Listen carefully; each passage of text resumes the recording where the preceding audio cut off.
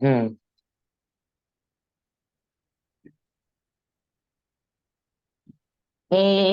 પતિત જન્મ પાવની ક્રૂર શરીતા સમી અદમ ઉદ્ધારી આત્મ જન્મ જન્માંતરો જાણતા જોગી આત્મ અનુભવ વડે આજ દીધી ભક્ત ભગીરથ સમા ભાગ્યશાળી મહા ભવ્ય સૌભાગ્યની વિનતી ચારુતર ભૂમિના નગર નડિયાદમાં પૂર્ણ કૃપા પ્રભુ એ કરી હે પતિત જન પાવની સુર સરિતા સમી અદમ ઉદ્ધારિણી આત્મ સિદ્ધિ.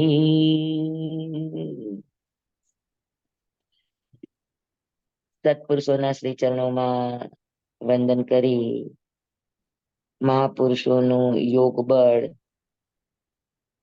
આપણી જ્ઞાન સાધનામાં સહાયક બને એવા ભાવ સાથે વંદન કરી લઈએ. જેઓની આ રચના છે એવા કૃપાળુ દેવના શ્રી ચરણોમાં મારા તમારા આપણા સૌના અત્યંત ભાવપૂર્વકના વંદન હો અને કૃપાળુ દેવની આજ્ઞા હો આપની આ રચનાને આપની આ કૃતિને આપના હૃદયના ભાવો પ્રમાણે અમે સમજી શકીએ, જીવનમાં ઉતારી શકીએ એવા ભાવ સાથે આજની આપણી આ વાંચણી આપણે શરૂ કરીએ છીએ. હા, વંદન કરી લ્યો.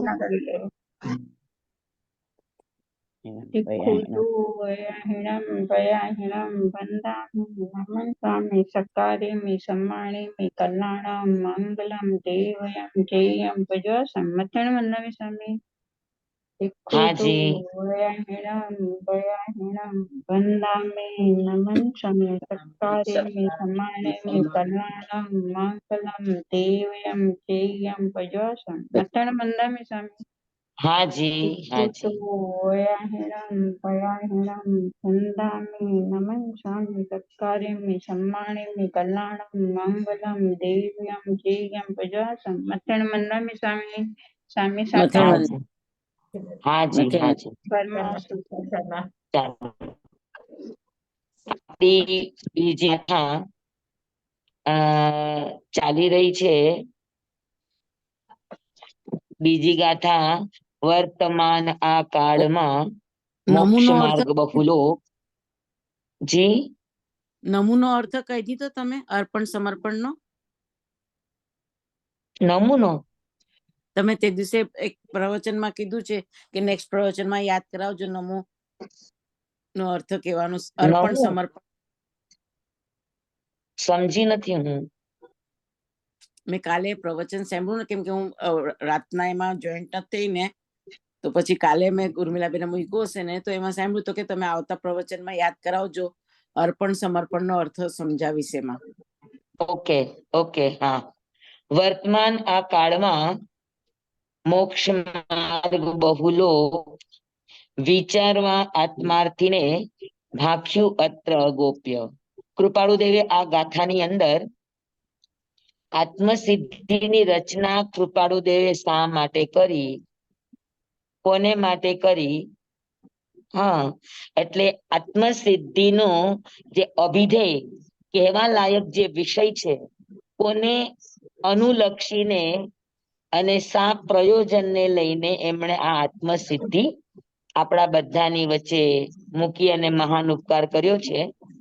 તો ઈ આ ગાથાની અંદર વિષય વસ્તુ છે કે વર્તમાન આ કાળમાં મોક્ષ માર્ગ બહુધા લોપ થઈ રહ્યો છે, ત્યારે આત્માર્થી જીવોને વિચારવા માટે, આત્માર્થી જીવોને ઓળખ આપવા માટે અહીં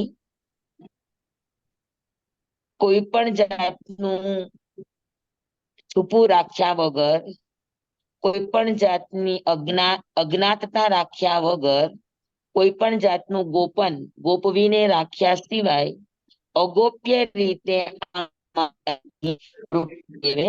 ભાખ્યું એટલે કયો છે. બરાબર.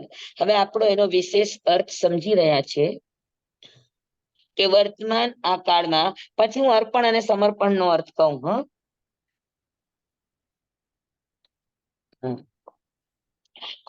મેં કોના અનુસંધાનમાં અર્પણ સમર્પણ કીધું છે? અનુસંધાન ખબર છે? કઈ વાતને લઈને અર્પણ સમર્પણ ની વાત કરી છે મેં? તો અચ્છેરા જે વર્તમાન, 10 જી આપણે જે 10 અચ્છેરા થયા ને, હા જી, એની વિશે વાત ચાલતી હતી. અને એમાં 5મું વાસુદેવ ને વાસુદેવનું મિલન, એની જી. વાત આપણે કરી. હા, એને નહીં, એ વાત તો સાચી. અત્યારે હું અછેરાની વાત જ શરૂ કરી રહી છું. પણ વિભાબેન કે છે ને અર્પણ સમર્પણ નો અર્થ, તો અર્પણ અને સમર્પણ એ વાત સાચી, મને યાદ આવ્યું અર્પણ સમર્પણ. પણ મેં કયા અનુસંધાનમાં કહ્યું તે મને લિંક નથી યાદ આવતી, એટલા માટે. હા, એ મારી પાસે તો પણ વર્તમાન આ કાળની અંદર, તો વર્તમાન આ કાળ કેવો છે આપણે ઈ સમજી રહ્યા છે. વર્તમાન એટલે અત્યારે જે વર્તી રહ્યો છે, ચાલી રહ્યો છે, એ વર્તમાન કાળ છે. તો આપણે પેલા આજે ઈ સમજશું સમય અને કાળ. સમય અને કાળમાં શું ફરક? સાંભળ્યું છે. તો કે સમય છે એ શુદ્ધ રૂપ છે, અને કાળ છે એ ઉપચાર કાળ છે. સમય છે એ શુદ્ધ કાળ દ્રવ્ય છે, અને કાળ છે એ ઉપચારથી કથન છે. બરાબર. તો ઉપચારથી ભૂત અને ભવિષ્યને લઈને જે કથન કરવામાં આવે એ કાળ શબ્દ છે. અને સમય ઈ માત્ર વર્તમાન કાળ, વર્તમાન એક સમય, ઈ ખરેખર કાળ દ્રવ્ય છે. બરાબર. સમયને જે સાચવી ન શકે, સમયને જે વાપરી ન શકે, એ કાળના થાળામાં વયો જાય. કાળનું થાળું ઘણું લાંબુ છે. અનંતો કાળ, અસંખ્યાતો કાળ, સંખ્યાતો કાળ, ઉત્સર્પિણી કાળ, અવસર્પિણી કાળ. જે સમયને સમજી શક્યા છે, જેને સમયને સાયદો છે, જેને સમયને સમજો છે, અને સમયનો સાર કાઢી લીધો છે, એવા વ્યક્તિ કાળના પ્રવાહમાંથી મુક્ત થાય છે. એટલે કાળ પીગળે એમાંથી સમય પેદા થાય. ભૂત અને ભવિષ્યમાંથી વ્યક્તિ છૂટે, ઈ એનો પીગળવા માંડે ત્યારે એનો વર્તમાન સમયમાં પ્રવેશ થાય. સમજાણું? તો વર્તમાન પર્યાયમાં જીવવું એ સમય છે, એને સાધી લેવું. હા, અને જે સમયને સાચવતા નથી, ઈ પછી શેમાં વયા જાય? તો કે ઈ પછી કાળમાં વયા જાય. કારણ કે જે વીતી ગયેલો સમય એ ભૂતકાળ, આવનારો સમય એ ભવિષ્યકાળ. એ તો હજુ કાળ પામ્યો પણ નથી, હજુ તો આવશે ત્યારની વાત છે. તો ભૂત અને ભવિષ્યમાં જે વર્તમાન એક સમય છે, એ જ કાળ છે. પણ અહીંયા કૃપાળુદેવે કીધું છે કે વર્તમાન આ કાળમાં, કારણ કે અધિકાંશ વર્તમાન સમયમાં આપણે બધા જ કાળમાં જીવી રહ્યા છીએ, સમયમાં નથી જીવતા. તમે જોજો, આપણે અધિકાંશ કા ભૂતકાળને વાગોળતા હશું અને અધિકાંશ કા ભવિષ્યના વિચારોમાં રાચેલા રહેશું. એમને વર્તમાન અને ભૂતના એ વિચારોમાં વર્તમાન આપણી સરકી જાય. સમજાણું? એટલે કૃપાળુ દેવે અહીંયા કાળ શબ્દ વાપર્યો છે કે વર્તમાન આ કાળમાં, વર્તમાન સમયમાં અત્યારે બૌદ્ધા જીવો શેમાં જીવી રહ્યા છે? સમયમાં કે કાળમાં? કાળમાં. કાળમાં જીવી રહ્યા છે. અને એમાંય પાછું વર્તમાનનો આ કાળ એટલે કેવો કાળ? તો કે અવસર્પિણી, ઉત્સર્પિણી એ નહીં. અવસર્પિણી કાળ એટલે એમાં જે બધું ઘટતું જાય, ઘટતું જાય, ઘટતું જાય, વધતું જાય એ ઉત્સર્પિણી ને ઘટતું જાય એ અવસર્પિણી. પછી આયુષ્ય હોય, બળ હોય, શરીરની સ્થિતિ હોય, સંગયણ હોય, સંસ્થાન હોય, સારા સારા ગુણાત્મક ભાવો હોય, આ બધું દિવસે દિવસે હ્રાસ થતું જાય, દિવસે દિવસે ઘટતું જાય, દિવસે દિવસે નાશ પામતું જાય, એવો કાળ અત્યારે છે. ઉત્સર્પિણી કાળ હોય તો દિવસે દિવસે સારું થવાનું હોય, તો દિવસે દિવસે બધાના વર્ધમાન ભાવો હોય, આયુષ્ય, બળ, શરીર, અવગાના અને સંસ્થાન, સંગયન, આ બધું વધતા હોય.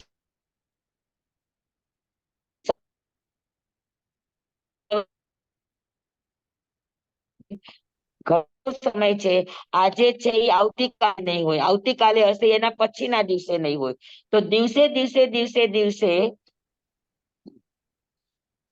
આપણો કાળ ગ્રાફમાં નીચે ઉતરતો કાળ છે.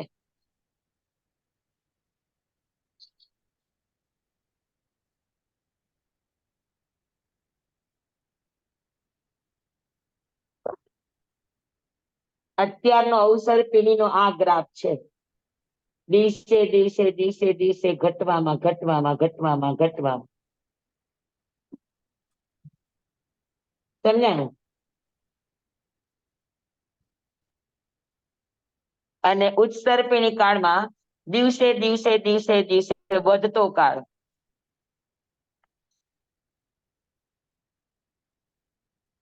તો દિવસે દિવસે એનો વધતો કાળ હશે અને આપણો દિવસે દિવસે દિવસે દિવસે ઘટતો કાળ. તો ઘટવામાંથી વધવામાં જાય એ ઉત્સર્પિણી અને વધવામાંથી ઘટવામાં જાય એ અવસર્પિણી. તો અત્યારે અવસર્પિણી કાળ ચાલે છે. તો અવસર્પિણી કાળ, ઉત્સર્પિણી અને અવસર્પિણી આ બંનેની સરખામણીમાં અવસર્પિણી નબળો કાળ કહેવાય. બરાબર? અને એ નબળા કાળમાં પણ ઓછામાં પૂરું અથેરા થયા. અને એ નબળામાં નબળો કાળ એમાંય પાછું ઓછું હોય તેમ 10 અથેરા. નહીતર 1 હોય, 2 હોય, 3 હોય, 10 કોઈ દિવસ ન હોય. અને આ વખતે તો માજા મુકાણી કે 10 અછેરા. અછેરા હોય જ 10 અને એમાં આ અવસર્પિણીમાં 10 અછેરા પૂરેપૂરા અછેરા. અને એમાંય હજુ શું કસર બાકી રહી ગઈ હશે કે 5 અછેરા 1 થી 23 તીર્થંકર ની વચ્ચે થયા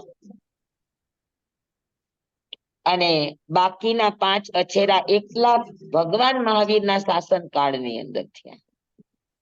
આપણને એમ થાય ને કે ભગવાનને 2 માતા ને 2 પિતા એટલે 288 પેઢીનું પુણ્ય લાગ્યું મહાવીર સ્વામીને મહાવીર બનવા માટે. 144 હતી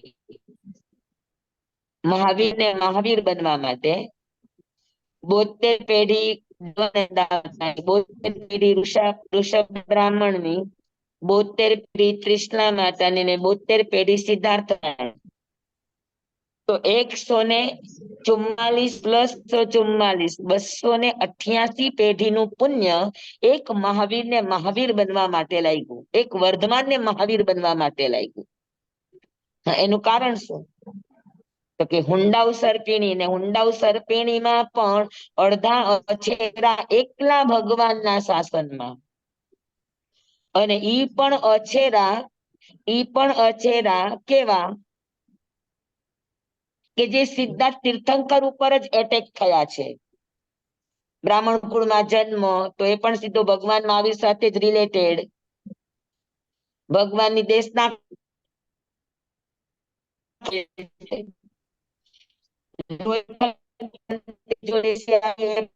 રિલેટેડ.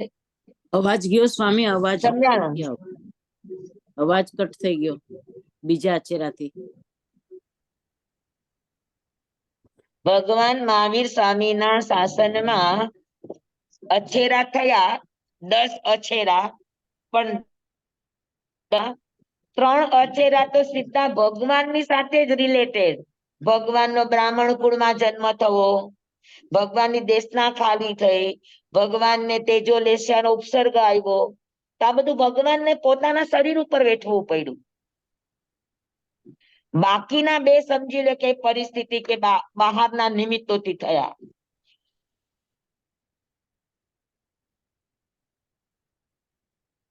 જી ભગવાન સમજાણું? જી સ્વામી. એટલે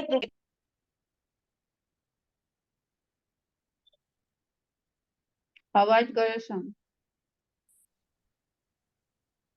હા, વર્તમાન આ કાળ કેટલો વિષમ છે એ બતાવવા માટે ખાલી વર્તમાન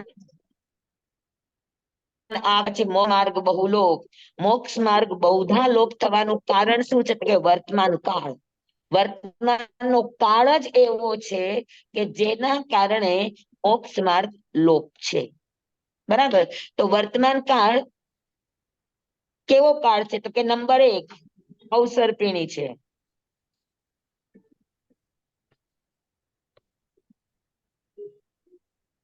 નંબર 2 હુંડાઉ સરપેણી છે. આ બધા નબળા કાળના એક પછી એક સંકેતો. ત્રીજું શું સ્વામી? અવસર્પિણી કાળ, વર્તમાન કાળ મોક્ષ માર્ગ બહુધા લોપ થવાનું કારણ શું? તો કે વર્તમાન આ કાળ જિમ્મેદાર છે. તો વર્તમાન કાળ શેની માટે જિમ્મેદાર છે? તો કે નંબર 1 અવસર્પિણી કાળ છે. નંબર 2 હુંડાઉ સરપેણી છે. નંબર 3 10 અછેરા હોવાથી કનિષ્ઠ હુંડાઉ સરપેણી છે.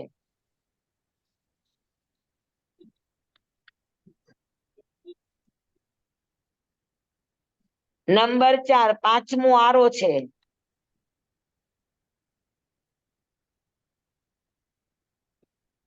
નંબર 4 પાંચમો આરો છે. નંબર 5 દુષમ આરો છે. દુષમ આરો એટલે દુઃખ ભરેલો આરો નહીં. દુષમ આરો એટલે અહીંયા તમારે સંસારનું ભૌતિક સુખ મેળવવું હોય કે આધ્યાત્મિક મેળવવું હોય, પણ અહીંયા તમને સીધે સીધું નહીં મળે, સંઘર્ષ કરીને મળશે, દુખે કરીને મળશે, મુશ્કેલથી મળશે, પ્રયત્ન મળશે. એટલે દુખે કરીને સ્વામી અવાજ કપાય છે. સમજાણો? માર્ગ લોપ થવા માટે આટલા તત્વો જિમ્મેદાર છે. અને આ બધું આ કાળ આવો છે એટલે નંબર 6 માં જન સમૂહની ભાવનામાં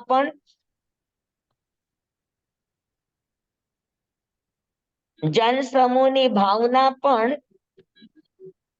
અધિકાંશ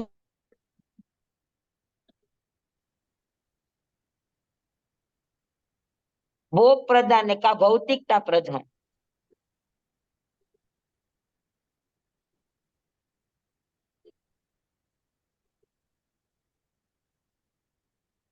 સમજાણું બરાબર? જી હા, એટલે નથી કાળ બરાબર કે નથી કાળમાં રહેનારા આપણી પાત્રતા. આપણી યોગ્યતા. હમ સમજાણું? હમ. આ સ્વામી, કારણોસર હા એક પ્રશ્ન છે. હા, બોલો. હુંડા કેમ કહેવાય છે આ અવસર્પિણી કાળને? અછેરા છે એટલે હુંડા ઉસર્પિણી. અચ્છા. જે કાળમાં અછેરા એટલે આખા લોકની અનુભવની ઘટના ગણાય, જેની અસર આખા લોકમાં પડે. હા, એટલે આખા લોકની આ અનહોની ઘટના એટલે અવસર્પિણી કાળ કેવો બની ગયો? તો કે અવસર્પિણી કાળ પોતે જ નબળો છે અને એમાં અછેરા થયા એટલે હુંડા અવસર્પિણી. હુંડા ઉસર્પિણી થયો. અને એમાં પણ 10 અછેરા થયા એટલે કનિષ્ઠ હુંડા ઉસર્પિણી કહેવાય. જો મેં આ લખ્યું છે, તમને વંચાય તો વાંચો. સ્વામી, આ અછેરા 10 જ થાય, પણ આ જ 10 થાય કે પછી બીજી પણ કોઈ ઘટના નહીં, ઘટે? આ જ 10. સ્વામી, આ જ WhatsApp પર 10.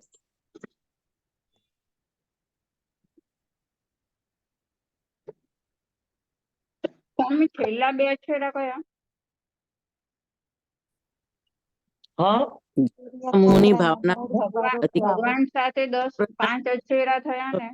ભગવાન સાથે 3 અછેરા. ભગવાનની સાથે ડાયરેક્ટ ભગવાનનો બ્રાહ્મણમાં જન્મ થવો, હા પછી ભગવાનને કેવળ જ્ઞાન પછી કોઈ તીર્થંકરને ઉપસર્ગ ન આવે. ભગવાન મહાવીર સ્વામીને કેવળ જ્ઞાન પછી ગોશાલકજીનો ઉપમા, તેજોલેશ્વર. ગોશાલકજીનો એ ઉપસર્ગ આવ્યો હા દેશના ગઈ. અને ભગવાનની દેશના ખાલી ગઈ. ભગવાનનું ખાલી ગઈ. પેલું પ્રવચન ખાલી ગયું. હા આ ડાયરેક્ટ ભગવાન થી રિલેટેડ થયા. હા અને કે હજી 2 જેમાં ભગવાનની નબળાઈ ગણાય, ભગવાનનું પુણ્ય થોડુંક નબળું ગણાય. હા બાકી સૂર્યની ઘટના, સૂર્યચંદ્રની ઘટના બની કે ચમરેન્દ્રનો ઉત્પાત થયો, એ તો સમજી લો કે બહારના પરિબળોના થયો. પણ અછેરા જ્યારે પણ થાય ત્યારે આ 10 જ હોય ને આ જ રીતે હોય. તો અછેરા કેવી રીતે હોય? તો કે એક 500 ધનુષ્યની અવગાના વાળા 108 પુરુષનું સિદ્ધ થવું, તીર્થંકરનું સ્ત્રીપણે થવું. પછી જરૂરી નથી કે આ વખતે 19માં મલ્લીનાથ ભગવાન છે તો હર વખતે મલ્લીનાથ 19માં ભગવાન જ થાય, જેવું જરૂરી નથી. જી બરાબર. પછી વાસુદેવ નું મિલન થવું, જુગલિયાનું નરકે જવું, શાસનનો વિચ્છેદ થવો, અને અસંયતિની પૂજા થવી. બરાબર. તો આ અછેરા, અને હવે ભગવાન મહાવીરના આપણે 5 અછેરા બાકી છે, એ આજે આપણે કરશું. બરાબર. તો ભગવાન મહાવીર સ્વામીનો કાળ અવસર્પિણી, એમાંય પાછો હુંડા ઉસર્પિણી, એમાંય પાછો કનિષ્ઠ હુંડા ઉસર્પિણી, અને એમાંય પાછા અડધા અછેરા એકલા ભગવાનના શાસનમાં. હા એટલે આગલા 5 અછેરાની તો અસર છે જ, અને ઉપરાંતમાં પ્લસ પોતાના 5 અછેરા.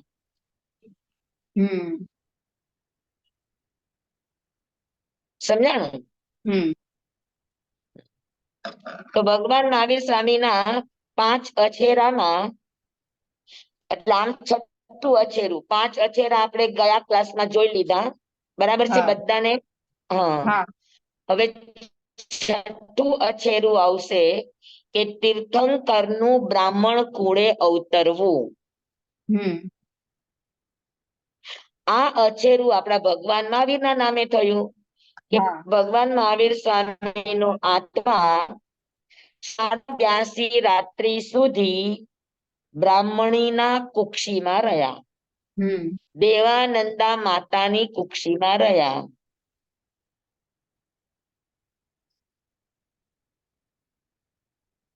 કેમ કે જે પણ તીર્થંકરો બને એ ક્ષત્રિયત્વને પામેલા હોય.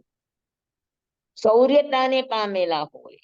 હા, હમ જ્યારે ભગવાનનો આત્મા બ્રાહ્મણ કુળે જન્મ્યો, આ અછેરું. હમ નીચ કુળ શબ્દ નહીં વાપરવાનો, હને, કેમ કે નીચ કુળ ન કહેવાય. નીચ કુળ એટલે જે નિમ્ન કામો કરતા હોય એને નીચ કુળ કહેવાય. એની હા કુળની હોય એને નીચ કુળ કહેવાય. હમ ઋષભદત્ત અને દેવાનંદા માતા બ્રાહ્મણ હતા પણ નીચ કુળ નહોતું. હા, બંનેની 72 પેઢી નિષ્કલંકિત હતી, હમ ખાનદાન હતા. અને લોટકા બ્રાહ્મણ નહોતા, ભિક્ષા માગીને જીવન ચલાવે એવા નહોતા. હા, તો બ્રાહ્મણમાં પણ એ શ્રેષ્ઠ કુળના હતા. આ તો તીર્થંકર બ્રાહ્મણ કુળે ન થાય એટલે અછેરું છે, બાકી નીચ કુળ નહીં કહેવાનું. હમ હા, જી સર.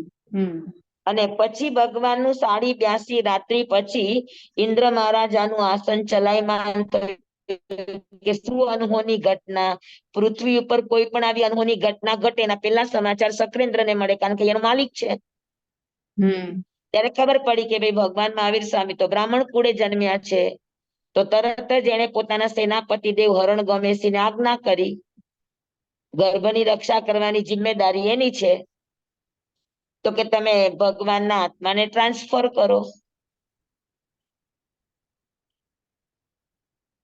હા, એટલે એમને દેવાનંદા માતાના કુક્ષીમાંથી એમને ત્રિશલા માતાની કુક્ષીની અંદર એમને રૂપાંતરિત કર્યા, એમને બદલ્યા, ક્ષેત્રાંતર કરાયું.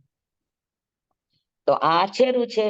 એટલે પેલા બ્રાહ્મણના એટલે એનું મૂળ શરીરનું બંધારણ ભગવાનનું બ્રાહ્મણનું, ઓજ આહાર બ્રાહ્મણના ઘરનો, અને પછી ઉપરથી પોષણ આહાર એને ક્ષત્રિયનો મળ્યો. એટલે ભગવાનમાં બંને બંને ગુણો હતા, બ્રહ્મના અને ક્ષત્રિયના.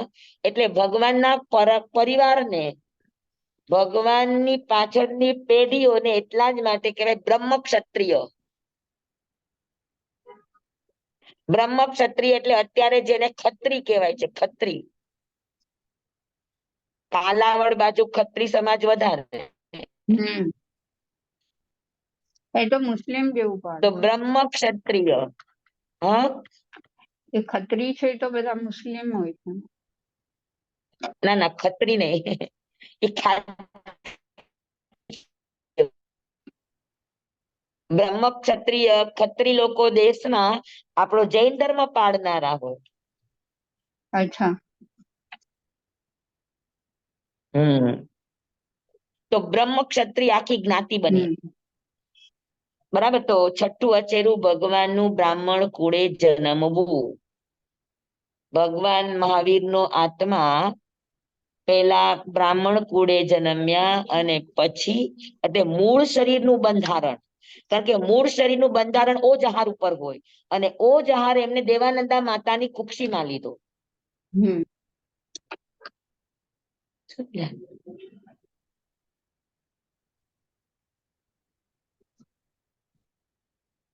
અને મને લાગે છે કે ઈ બ્રાહ્મણ હૃદયની કોમળતાને લઈને જ એમણે છદ્મસ્ત કાળમાં ન ગોશાલકજીને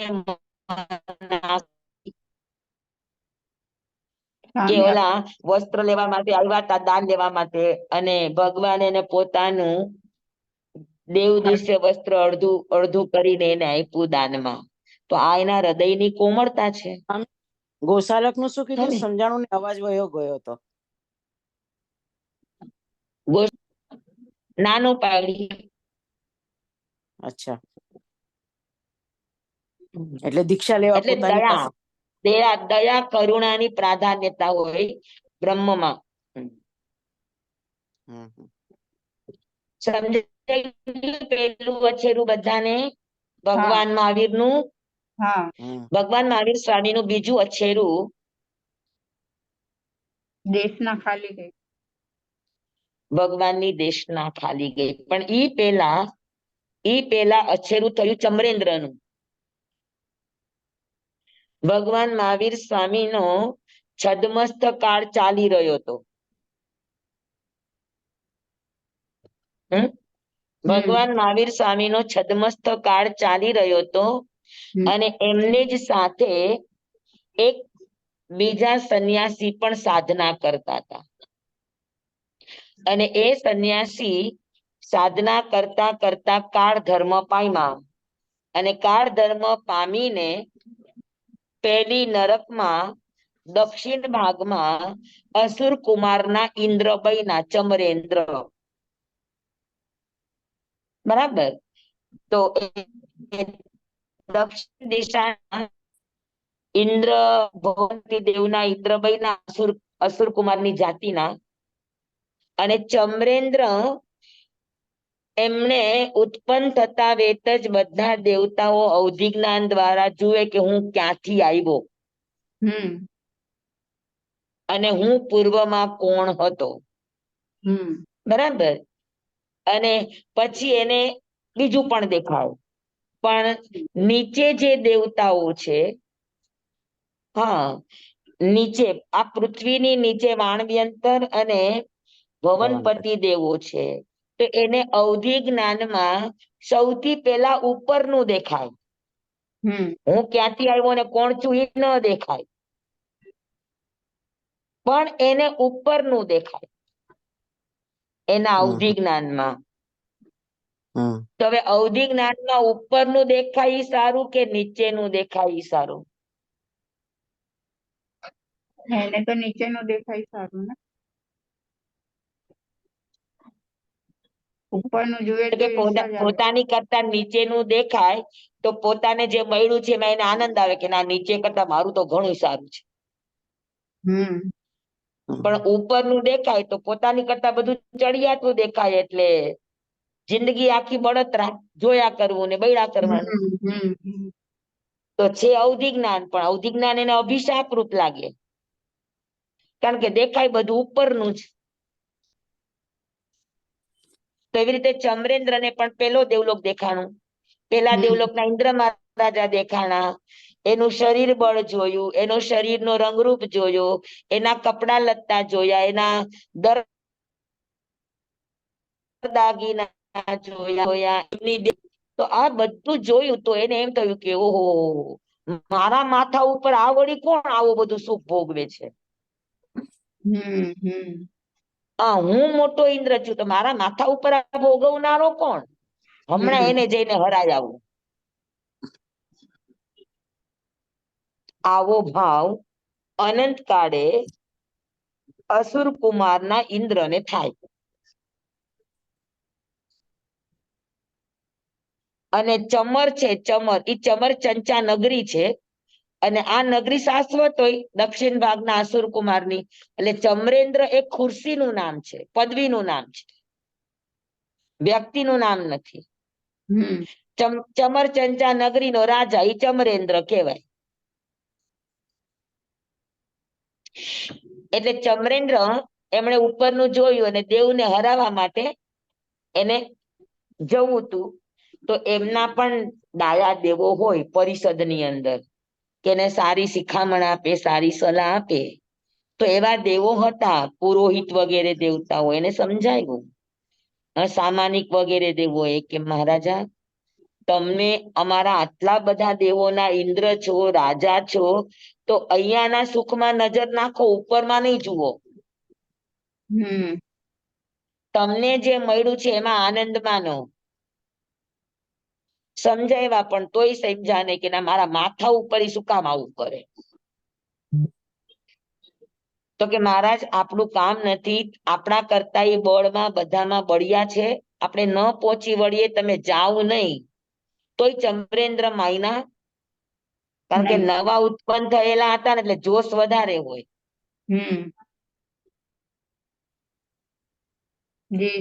હોશ ના હોય અને એ તો ઉપડા ભાઈ અધો લોકમાંથી ઉપર જવું છે તો એને વચ્ચે આપણા ત્રીજા લોકમાંથી પસાર થવું પડે બરાબર ને હવે ત્રીજા લોકમાંથી ઉપર જવું છે ને તો પેલા એને અધો લોકમાંથી ઉપર જવું છે તો વચ્ચે આપણો ત્રીજા લોક આવે અને એ ત્રીજા લોકમાં જેવા આવ્યા ઉપર જવા માટે ત્યાં એને વિચાર આવ્યો કે બધા જ દેવો મને ના પાડતા હતા કે એ આપણી કરતા ઉપર વાળા બળમાં વધારે છે, તાકાતમાં વધારે છે, બધી રીતે વધારે છે, એની પાસે સૈન્ય બળ પણ મોટું છે, સુરક્ષિત છે, સક્ષમ છે, બધું જ છે. એટલે હવે એને ડર લાગ્યો કે હું નીકળી તો ગયો હોશમાં ને હોશમાં, મેં મારા બલાબલનો વિચાર તો કર્યો નહીં. કોઈની સાથે લડવું હોય તો પોતાની શક્તિનો વિચાર તો કરવો પડે ને. એટલે એ તો મેં વિચાર કર્યો ને એને નીકળી પડ્યો. હવે શું કરવું? હવે પગ ઉપાડ્યા છે એટલે પાછું તો જવાય નહીં એને હરાવ્યા વગર. તો કે સંસારમાં એવી કહેવત છે કે તમારું બળ ન હોય ને તમારી સામે વાળો બળિયો હોય તો તમે કોઈનું બળવાન વ્યક્તિનું પીઠબળ લઈને જાઓ. તો વિચાર્યું કે ઇન્દ્ર મહારાજા કરતા પણ બળવાન કોણ? અચ્છા, મહાવીર ભગવાન. એટલે એને યાદ આવ્યું કે હા, હું સાધના કરતો હતો તો ભગવાન મહાવીરની સેવા કરવા માટે ઇન્દ્ર પણ નીચે આવતા. તો એનો અર્થ એ છે કે ભગવાન એ ઇન્દ્ર મહારાજા કરતા પણ વધારે બળવાન છે. એટલે એની આજ્ઞા લઈને ભગવાન પાસે ભગવાન છદ્મસ્તક હતો, મૌન હતો, ધ્યાનમાં હતા, ઉભા ધ્યાન કરતા હતા.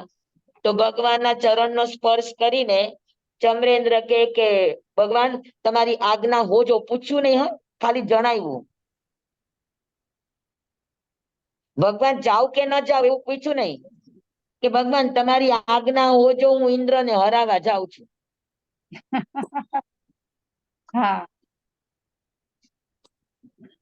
હને એમ કહીને ભાઈ ઉપડા અને પેલા દેવલોકમાં પહોંચી ગયા. અને પેલા દેવલોકમાં પહોંચ્યા, ઇન્દ્ર મહારાજાની સાથે જેમ તેમ દુષ્ટ વ્યવહાર કર્યો. તો ઇન્દ્ર મહારાજા ક્ષમતા રાખીને સાંભળતા રહ્યા. પણ એને એમ કે જોયું, ઈ મારી કરતા બળવાન નથી, મારા દેવો તો મને ખોટા ડરાવતા હતા. આ તો હાવ નમાલો છે, મારી સામે એક અક્ષરે બોલતા નથી. એટલે આને વધારે ચાનક ચડી ચમરેન્દ્રને, અને વધારે પડતું એ બોલવા માંડ્યા. ત્યારે ઇન્દ્ર મહારાજાએ વિચાર કર્યો કે હવે આ મર્યાદાનું ઉલ્લંઘન, અને મારી સામે મારી સભામાં મર્યાદાનું ઉલ્લંઘન આટલું થાય, ચલાવી ન લેવાય. એટલે ઇન્દ્ર મહારાજાએ પોતાના હાથમાં જે વજ્ર હતું, શસ્ત્ર વજ્ર અમોઘ હોય, જેના નામથી છોડવામાં આવે એને ઈ મારીને જ આવે, આ નિયમ છે.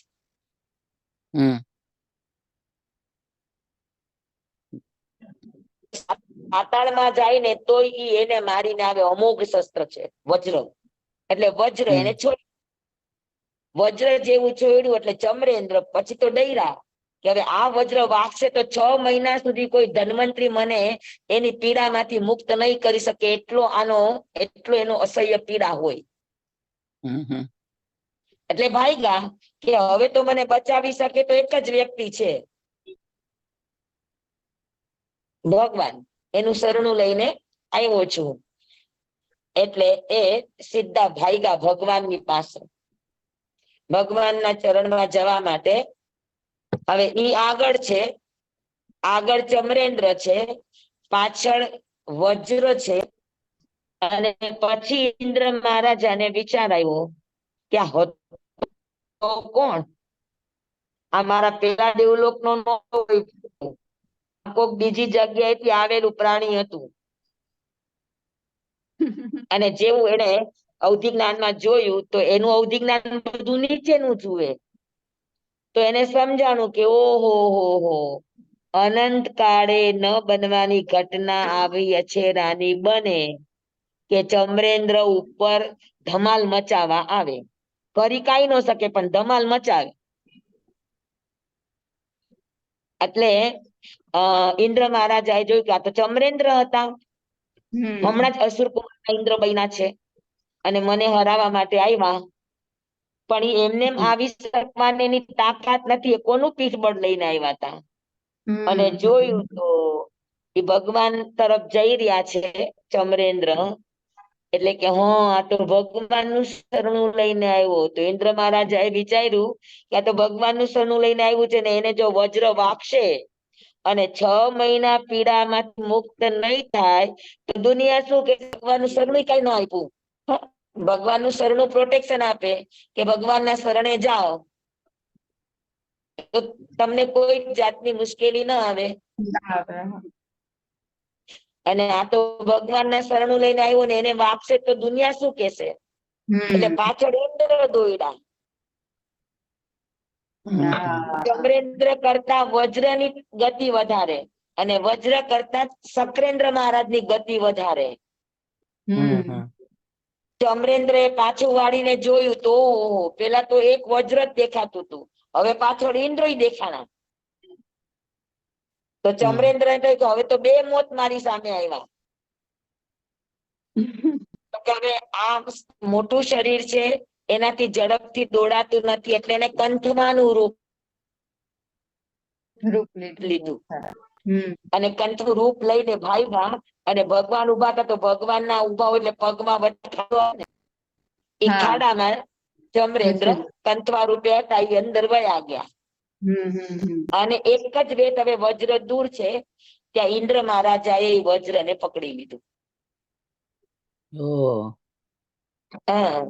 અને ચમરેન્દ્ર બચી ગયા. સમજાણું? તો કહેવાનો અર્થ આ અનંત કાળે આવી ઘટના ઘટે. તો કહેવાય ચમરેન્દ્ર ઉત્પાત. શું કહેવાય? આ અછેરું છે.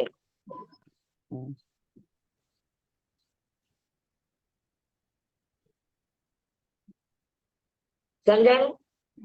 જી સ્વામી. તો 7મું અછેરું, 6ઠું અછેરું તીર્થંકર નું બ્રાહ્મણ કુળે અવતરવું. 7મું અછેરું છે ચમરેન્દ્ર નો ઉત્પાત.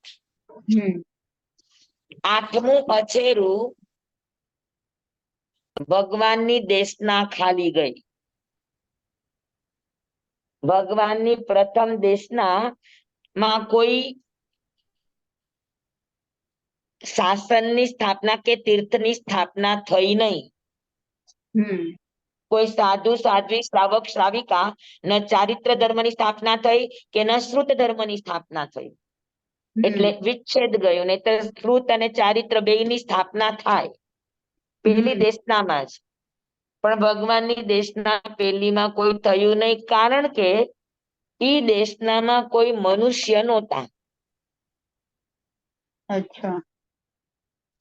સ્ત્રીઓ જ હતા, તિર્યંચાણી હતા, પણ મનુષ્ય કે મનુષ્યાણી કોઈ હાજર નહોતા.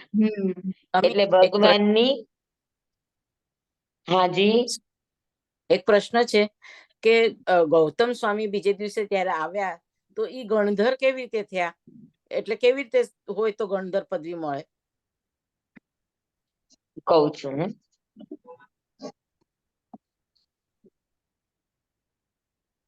ભગવાનની પેલી દેશના ખાલી જાય એને કહેવામાં આવે અભાવિત પરિષદ. એ અછેરાનું નામ છે અભાવિત પરિષદ. એટલે 12 જાતની પરિષદામાંથી કોઈ પણ ભાવિત થઈને દીક્ષિત ન થયું. ભાવિત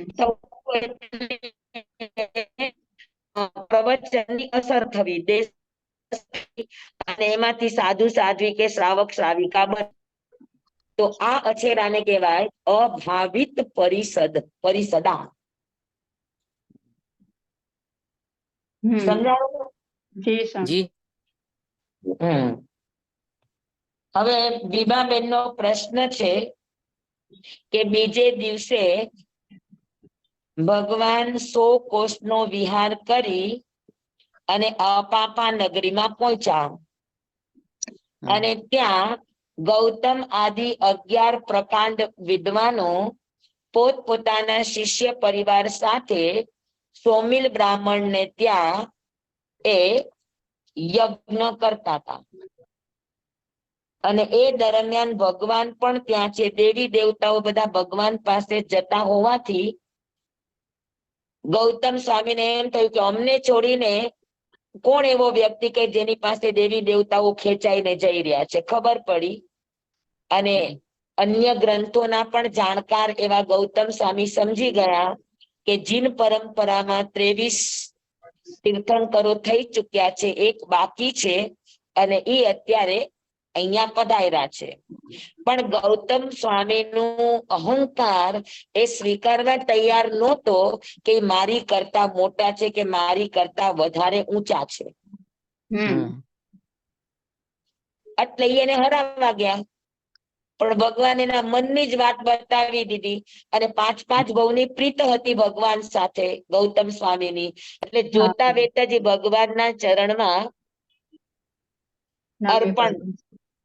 અર્પણ નહીં સમર્પણ થઈ ગયા.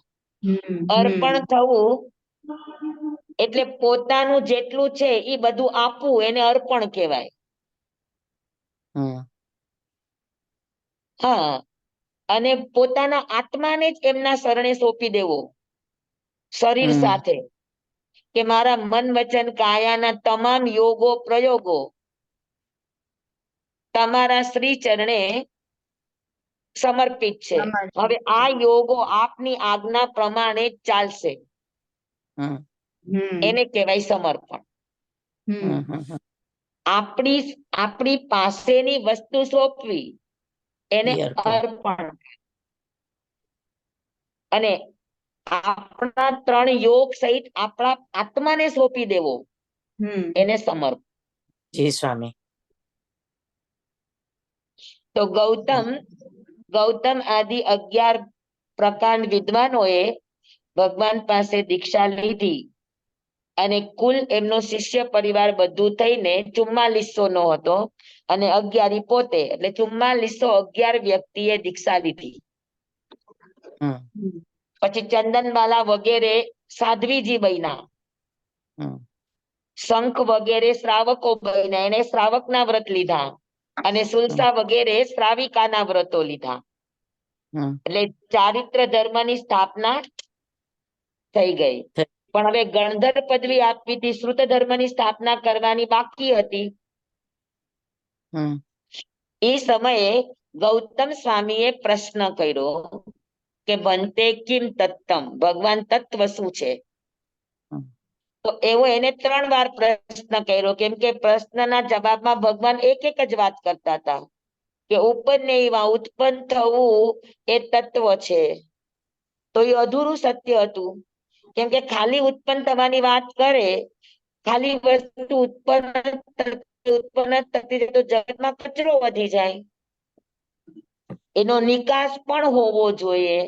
એટલે જવાબ અધૂરો છે. ગૌતમને સમજાણું એટલે ગૌતમ સ્વામીએ બીજી વાર પ્રશ્ન કર્યો કે ભંતે કિમ તત્તમ. ત્યારે ભગવાને કીધું કે વિગમૈવા વિનાશ થવો એ ધર્મ છે.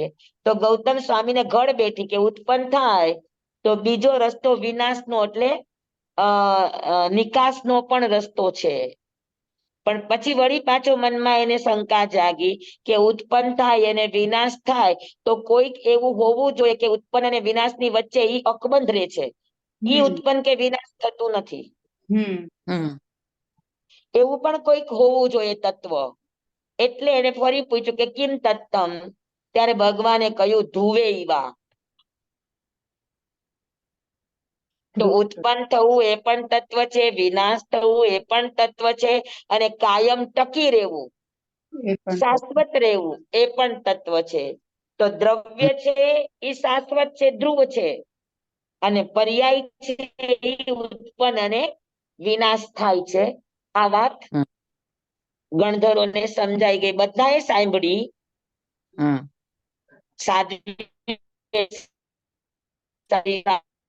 દેવતાઓએ સાંભળી, દેવીઓએ સાંભળી, અને 4411 સાધુએ પણ સાંભળી. પણ એમાંથી આ 3 શબ્દ સાંભળતા સાંભળતા આખી દ્વાદશાંગીનું જ્ઞાન, આખી દ્વાદશાંગીની ઉપલબ્ધિ સિર્ફ 11 વ્યક્તિને થઈ. કેટલી? 11. સિર્ફ 11 વ્યક્તિને થઈ.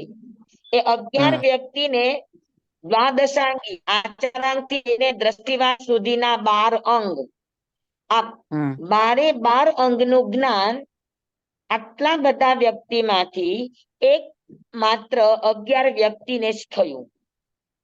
હમ. બરાબર, બાકી કોઈને નથી, બધાએ સાંભળ્યું પણ કોઈને ન થયું. એટલે એવો નિયમ છે કે ત્રિપદી સાંભળતા જેટલી વ્યક્તિને ત્રિપદી સાંભળતા જેટલી વ્યક્તિને દ્વાદશાંગીનું જ્ઞાન એની મેળે અંદરમાંથી ઉપલબ્ધ થાય એ બધાને ગણધર પદવી મળે. ઓહ, અચ્છા. હમ. ગણધર પદવી નિશ્ચિત નથી કે તીર્થંકરની જેમ 24 જ હોય કે ચક્રવર્તીની જેમ 12 જ હોય. ઓહ, પાર્શ્વનાથ ભગવાનના 10 ગણધર જ હતા. હમ. આપણા ભગવાન કરતા એક ઓછા હતા, હમ. હમ. કારણ કે એમની ત્રિપદી સાંભળીને 10 10 જણ ભાવિત થયા. સમજાણું? જી સ્વામી. હા, તો 11 ગણધર બન્યા, 24 તીર્થંકરના કુલ 1452 ગણધર થયા આપણે ત્યાં. સમજાઈ ગયું બધાને? તો જી. 8મું અછેરું છે અભાવિત પરિષદ. હમ. પછી 9મું અછેરું થયું કે ભગવાનને કેવળ જ્ઞાન થયા પછી કોઈ ઉપસર્ગ નડે નહીં. કેવળ જ્ઞાન પેલા હોય પણ કેવળ જ્ઞાન પછી ન થાય. એટલો તીર્થંકર નામ કર્મનો, જીન નામ કર્મનો એટલો પુણ્યનો ઉદય હોય કે કોઈ પણ આવા વિરોધી તત્વ એની સામે ટકી ન શકે. વિરોધ લઈને આવ્યા હોય તો વિરોધ એનો ઓગળી જાય. હમ. એની જગ્યાએ પોતાનો જ શિષ્ય એક સમયનો અને એ ગોશાલકજીએ ભગવાન ઉપર શ્રાવસ્તી નગરીના સમોસરણમાં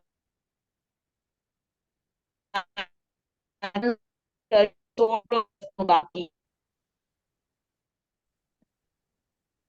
સ્વામી, અવાજ જાય સમજ્યા? છે. સ્વામી અવાજ વયો ગયો, પાછું બોલો ને. ભગવાનનું 16 વર્ષનું આયુષ્ય બાકી હતું હમ. અને ગોશાલકજીએ તેજો લેસ્યા છોડી હમ.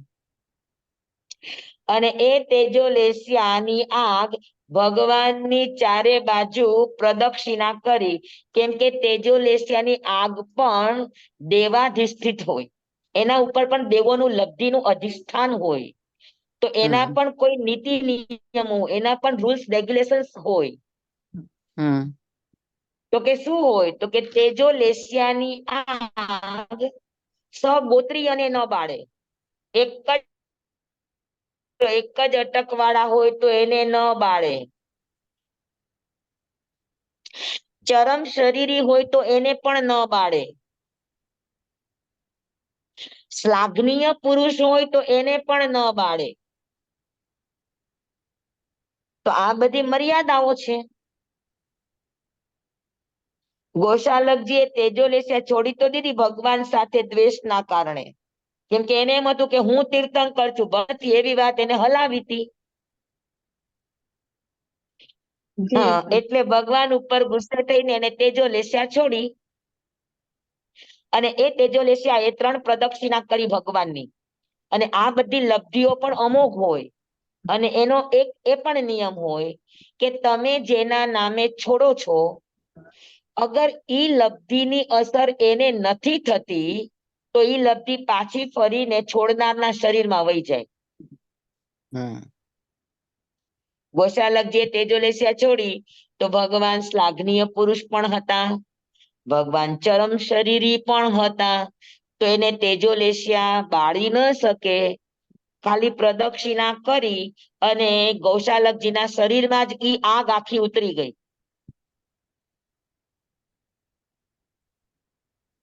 સમજાણું? જી સ્વામી. હમ.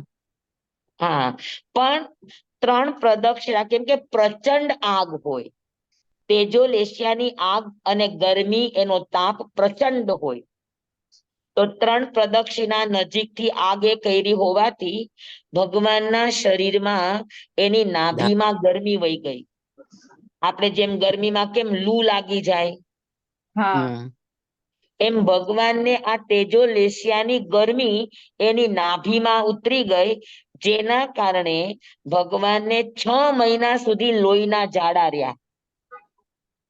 લોહીના લૂસ મોશન રહ્યા એમને. અને એના કારણે એનું ખૂબ શરીર ધોવાઈ ગયું હતું. ભગવાનનું આખું શરીર કાળું પડી ગયું હતું. અને એટલી એની ભયંકર નબળાઈ અને પીડા હતી કે 6 મહિના સુધી ભગવાન દેશના આપી ન શક્યા.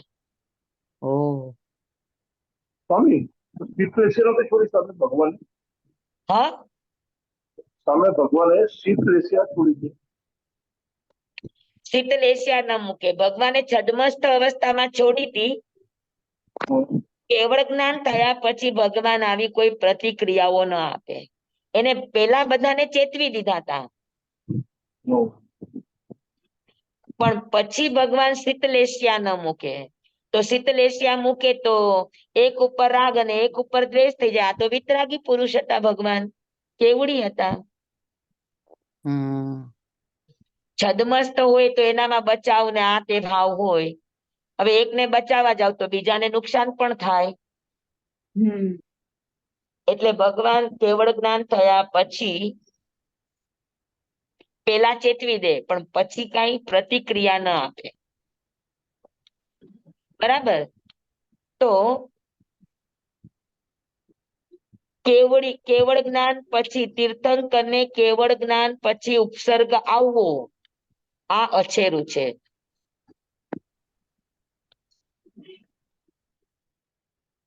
સમજાણું? આ 9મું અછેરું અને 10મું અછેરું છે. સૂર્ય ચંદ્ર નું મૂળ વિમાન સાથે આવવું.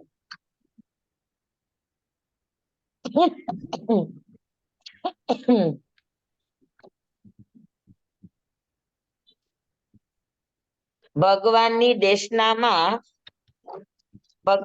એક દેશનામાં સૂર્ય અને ચંદ્ર મૂળ વિમાન સાથે નીચે આવી ગયા હતા આપણા ત્રિછાલોકમાં.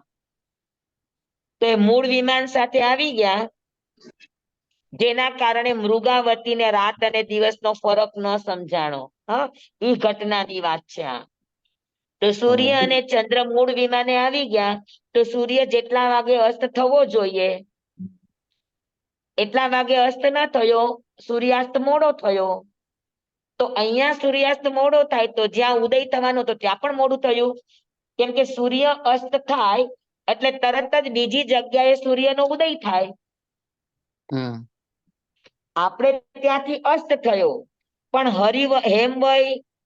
હરિવર્ષ ક્ષેત્રોની અંદર સૂર્યોદય થાય. તો ત્યાં સૂર્યોદય મહાવિદ્ય ક્ષેત્રમાં મોડો પડ્યો. સમજાણું તમને? જી સ્વામી. તો સૂર્ય ચંદ્ર નું મૂળ વિમાન સાથે આવું એટલે આખી આ લોકની વ્યવસ્થામાં બદલાવ થઈ ગયો કે નહીં? સૂર્યાસ્ત મોડો થયો તો સૂર્યોદય પણ મોડો થયો. તો આ અનહોની ઘટના અને આની અસર આખા લોકમાં પડે. સમજાણું? મૃગાવતી જેવા પણ સમજી ન શક્યા, રાત ને દિવસ, અને એ બેઠા જ રહ્યા ભગવાનની દેશનામાં. રાત્રિ પડી ગઈ હતી. પછી સૂર્યચંદ્ર ને ઘટિકા પછી ખબર પડી કે ઓ આપણે તો મૂળ વિમાન સાથે આવી ગયા, તો સૂર્યાસ્ત અને સૂર્યોદયમાં ગડબડ થઈ જશે. એટલે પછી સૂર્ય અને ચંદ્ર મૂળ વિમાન લઈને ભાગ્યા. અને જેવા ભાગ્યા એટલે અહીંયા તો અંધારું થઈ ગયું હતું. અને અંધારું થઈ ગયું તો એના પ્રકાશને જોઈને મૃગાવતીને સમજાણું કે ઓહો હો, સૂર્યાસ્ત થયાને 2 ઘડી વીતી ગઈ.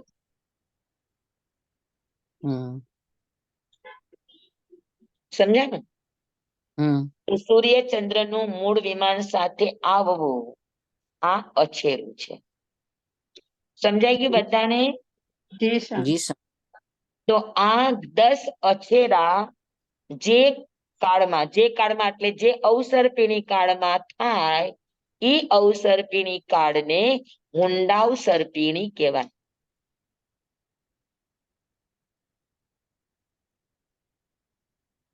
સમજાઈ ગયું જી. બધાને?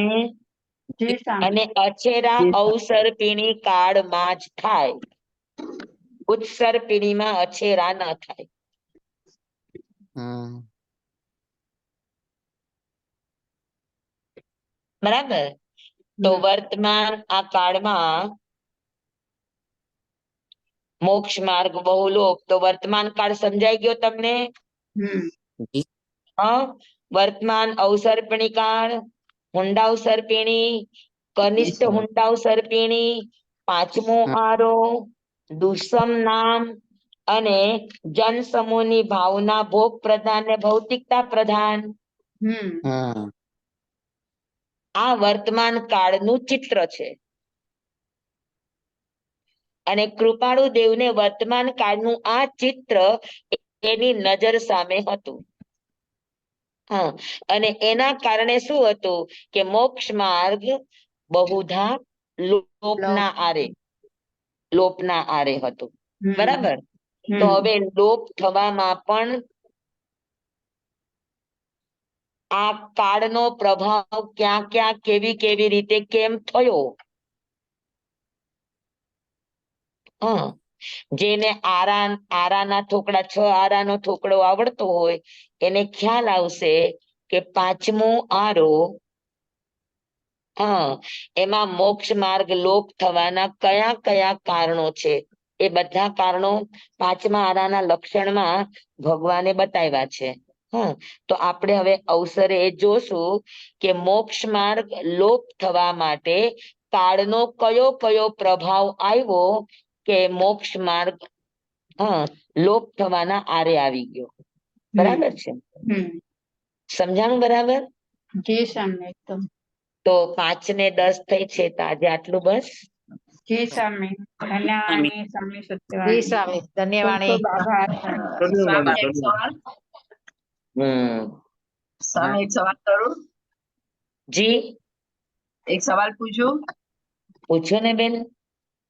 આ વજ્ર નો એવો કેવો શસ્ત્ર કહેવાય એકદમ આટલો ધારદાર? ઇન્દ્ર મહારાજાનું જ આ શસ્ત્ર મુખ્ય ગણાય. અને આ શસ્ત્રના કારણે જ ઇન્દ્રને વજ્રપાણી પણ કહેવામાં આવે. વજ્ર એનું પોતાનું નિજી શસ્ત્ર છે. એના હાથમાં હંમેશા વજ્ર પકડેલું હોય. અને એ વજ્ર એ છોડે જ નહીં, સંયમિત હોય ઇન્દ્ર મહારાજા. જ્યાં ત્યાં ને હંમેશા ન છોડે. જ્યારે કોઈ વિકલ્પ ન મગની દાળ રહે નથી બની. ત્યારે જ ત્યાં વજ્ર છોડે. તુવેરની દાળ, પીળી મગની દાળ. સ્વામી મેં સાંભળ્યું એમ એ પરશુરામે એમને આપ્યું. ના ના ના ના, ઈ વજ્ર નહોતું. અચ્છા. વજ્ર ઇન્દ્રના હાથમાં જ હોય. અને અચ્છા. બહુ તીક્ષ્ણ હોય, બહુ તીક્ષ્ણ હોય. હા, હા. જી સર. ચાલો, બધાને સમજાઈ ગયું? જી જી સમજ્યા. સ્વામી, સ્વામી. ખૂબ ખૂબ ખૂબ ખૂબ આભાર ધન્યવાદ. આપનો. હા. જમવાય વચ્ચામિલમ હિનખરમ અચખરમ પયહીનમ વિનયહીનમ જોગહીનમ ઘોષહીનમ સુટ્ટુ દિનમ દુટ્ટુ પડીચિયમ અકાલે કહો સજ્જાઓ કાલે ન કહો સજ્જાઓ અસજ્જાએ સજ્જાયમ સજ્જાએ ન સજ્જાયમ ભણતા ગણતા ચિંતવતા વિચારતા સુણતા સાંભળતા જ્ઞાનીઓના અનંત અનંત ભાવો છે, અનંત અનંત પર્યવો છે, અનંત અનંત ગમા છે, અનંત અનંત નહીં છે, અનંત અનંત નિક્ષેપ છે, અનંત અનંત રહસ્ય છે, અનંત અનંત પ્રયોજનો છે. આમાંથી કોઈ પણ ભાવ ભેદ નહીં, નિક્ષેપ, ગમા, રહસ્ય, ખુલાસાનું સ્ખલન સદમસ્ત ભાવે મારા બોલવામાં, કહેવામાં, સમજાવવામાં આવ્યું હોય અને આપ લોકોના સાંભળવામાં અને સમજવામાં આવ્યું હોય તો અરિયન સિદ્ધ કેવડી ગુરુ ભગવાન આપની સાક્ષી, આત્મા પરમાત્માની સાક્ષીએ તસ્મે છામી દુકડમ. છામી દુકડમ તસ્મે છામી દુકડમ તમેવ સચ્ચમ તમેવ સચ્ચમ તમેવ સચ્ચમ નિસંકમ જમ જીણેહિમ પવેયમ સેવમ ભંતે સેવમ ભંતે સેવમ ભંતે તિબ્બેમી ચાલો આપ બધાની જિજ્ઞાસાના કારણે મારે પણ આત્મસિદ્ધિ આટલી ઊંડાણથી વિચારવાનો અવસર આવ્યો. સ્વામી આપનો ખૂબ ખૂબ આભાર. કેટલો અમૂલ્ય હા. સમય આપનો કાઢ્યો છો અમારા તમારા માટે. નિમિત્તે આત્મસિદ્ધિ મારી ખુલશે. જી સ્વામી. સ્વામી તીર્થંકર કાળધર્મ પામે પછી જી. એમની દાઢ જે લઈ જાય ઇન્દ્ર, એમાંથી આ વજ્ર બને ને? ના ના ના ના, દાઢ તો એ એમને એમ રાખે અને તીર્થંકરના પરમાણુથી વજ્ર કોઈ દિવસ ન બને, કેમ કે તીર્થંકરના શરીરના કોઈ પણ અંગોપાંગ હમ. શસ્ત્ર ન બની શકે, કારણ કે શાંત રસના બનેલા હોય. અચ્છા. તીર્થંકરનું આખું શરીર શાંત રસના પરમાણુથી નિર્મિત હોય. યહી શાંત રાગ રુચિભિ પરમાણુ વિશ્વમ ભક્તામતમાં બોલો છો. હમ હમ હમ. હા, તો શસ્ત્ર તો હરગી જ ન બને. અચ્છા. શસ્ત્રનો માર હોય કે શસ્ત્ર જેવી ભાષા નીકળતી હોય તો તીર્થંકરની દાઢાનું પાણી શાંતિ લાવે, પણ એ કોઈને મારવામાં ઉપયોગી ન થાય. દાડા એટલે શું સ્વામી? દાઢ, આપણા શરીરમાં મોઢામાં દાઢ હોય ને, દાંત અને દાઢ, અચ્છા. તો એ દાઢ લઈ જાય, પણ એ આની માટે લઈ જાય કે જ્યારે ક્યારે કોઈ મહાસત્તા સામસામી આવે તો વાતાવરણને શાંત કરવા માટે એ લોકો દાઢા રાખે. અચ્છા. જી સ્વામી. જી સ્વામી. બરાબર. આભાર. હાજી, બધાને જય માંગ- જિનેન્દ્ર. જય માંગલિક જિનેન્દ્ર સ્વામી. સાતમ નમો રિહંતાણંગ નમો સિદ્ધાણંગ નમો આયર્યાણંગ નમો વસાણંગ નમો લોય સંવસાહુણંગ. ગુરુદેવની આજ્ઞા શ્રી શ્રી ચતારી મંગલમ અરિહંતા મંગલમ સિદ્ધા મંગલમ સાહુ મંગલમ કેવલી પનત્તો ધમો મંગલમ ચતારી લોગુત્તમા અરિહંતા લોગુત્તમા સિદ્ધા લોગુત્તમા સાહુ લોગુત્તમા કેવલી પનત્તો ધમો લોગુત્તમો ચતારી શરણં પવજ્જામિ અરિહંતે શરણં પવજ્જામિ સિદ્ધે શરણં પવજ્જામિ સાહુ શરણં પવજ્જામિ કેવલી પનત્તં ધમ્મં શરણં પવજ્જામિ. ચાર શરણા ચાર મંગલ ચાર ઉત્તમ કરે જે નર ભવસાગરમાં ન બુડે તેહ સકલ કર્મનો આણે અંત મોક્ષ તણા સુખ લય અનંત ભાવ ધરીને જે ગુણ ગાય તે જીવ તરીને મોક્ષે જાય.